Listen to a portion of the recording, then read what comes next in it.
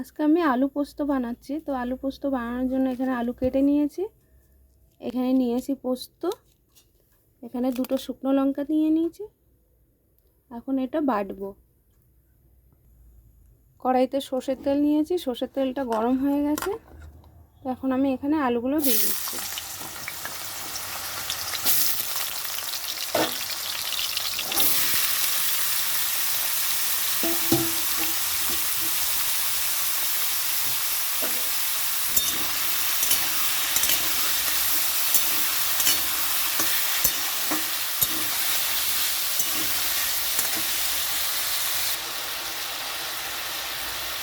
এখানে আমি পরিমাণ মতো নুন দিয়ে দিচ্ছি, একটু হলুদ গুঁড়ো,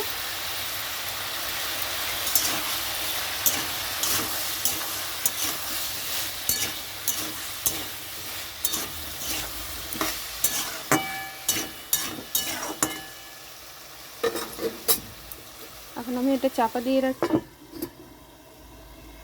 এখন চাপাটা নামিয়ে নিচ্ছি। এখন আলুগুলো সব সিদ্ধ হয়ে গেছে। এখন আমি এখানে পোস্ত বাটা দিয়ে দিচ্ছি।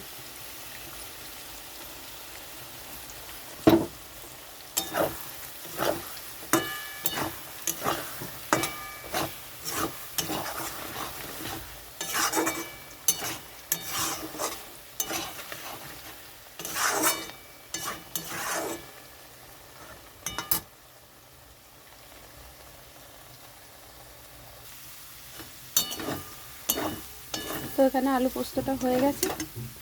এখানে একটু আমি সর্ষের তেল দিয়ে দিচ্ছি, কাঁচা সর্ষের তেল।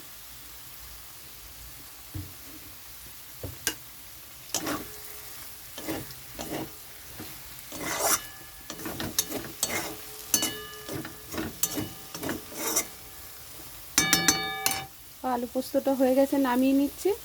কেমন হয়েছে আলু পোস্ত রান্না আপনারা জানাবেন অবশ্যই।